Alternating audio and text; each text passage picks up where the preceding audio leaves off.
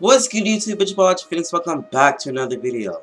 And of course, you guys know I gotta keep you guys updated with the latest and latest COD Champs 2017 info. And right here, it seems that Epsilon have eliminated Cloud9 from the COD Champs with a 3-0 sweep in the lower bracket. And believe it or not, this is actually their second consecutive year that they have been eliminated from the COD Champs. So that is pretty, depressing.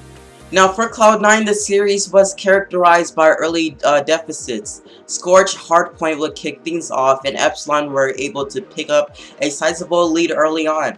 Though Cloud9 would begin to claw their way back later, they were already in too deep in a hole, and Epsilon looked in control throughout the eventual 250 to 177 win. With Retaliation Search and Destroy was a similar affair. Epsilon got off to a hot start once again, only allowing Cloud9 a single round on their way to map point. While Cloud9 were able to collect a couple more, it was once again a fairly straightforward victory for Epsilon at 6-3. Okay, so they got defeated in Scorch Hardpoint, and they got defeated in Retaliation Search and Destroy. So the last map, which will lead them to a 3-0 for Epsilon, would be for Throwback Uplink. And for the first time, Cloud9 in the series have managed to find an early lead. Unlike Epsilon, however, Cloud9 would never be able to put the map out of reach, racking up only 3 points before the European team responded with 5 of their own. Another streak of success for Cloud9 saw them again regain the lead, but again they couldn't fend off Epsilon for long enough. But they camo play for David, okay, I cannot pronounce this thing, what is it? Okay, it looks like Dequi. I don't know how to pronounce that, guys. But David Davies, which is his first name and last name, sealing the deal as the clock ticked down for a 9-8 Epsilon win, securing the 3-0 series victory, meaning that Cloud9 has once again been eliminated from the tournament, which is a bad loss. Now, although the Epsilon had their big W, their hopes also were, slashed by Team Envious. So, Retaliation Hardpoint will see these two teams battle back and forth throughout the map. Although they had a strong showing in the game mode during Group Green and Stage 2 playoffs, Envious could not get anything going, falling to Epsilon at 194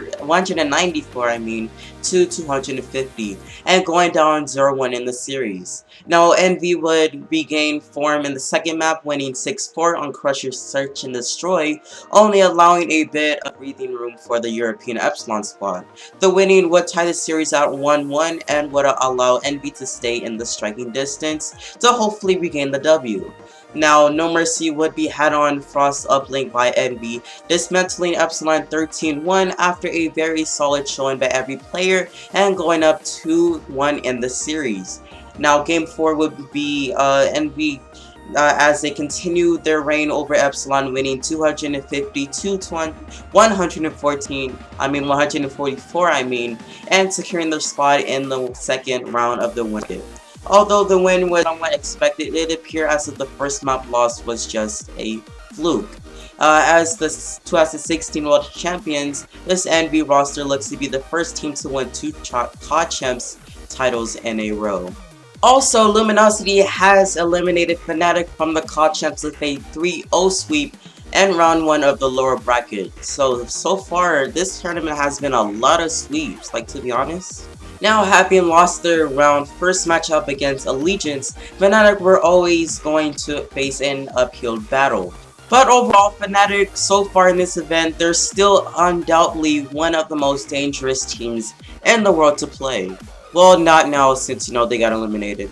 So that danger that I was talking about was really demonstrated once again in the opening hardpoint, with Scorch going the way of the North Americans in 250 to 131.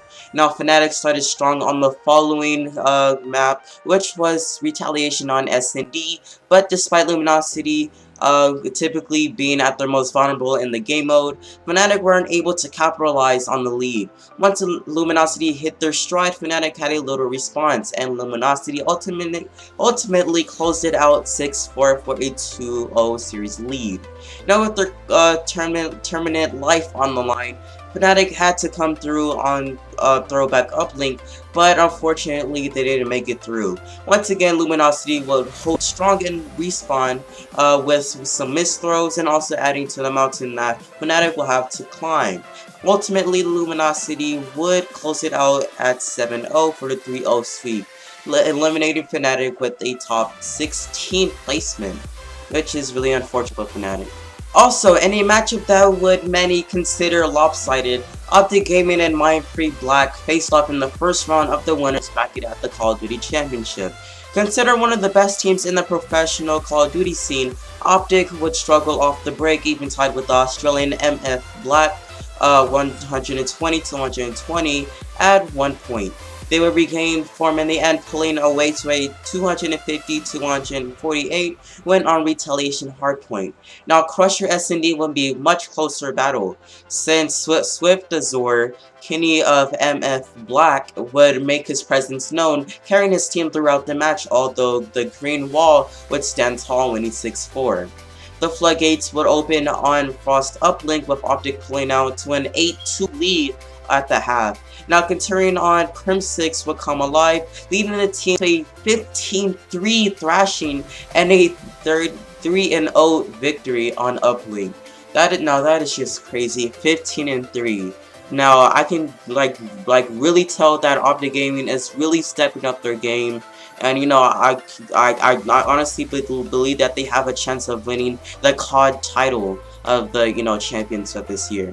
Now, Minefreak has even more worse luck today, because Enigma 6 have eliminated them from the COD champs with a 3-0 and lower bracket round 1.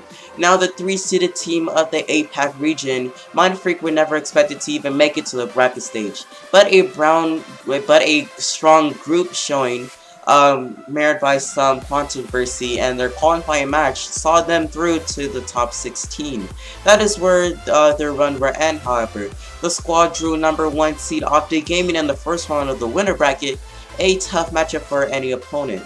Having been sweeply relegated to the lower bracket, the team will face Enigma 6 for the tournament live.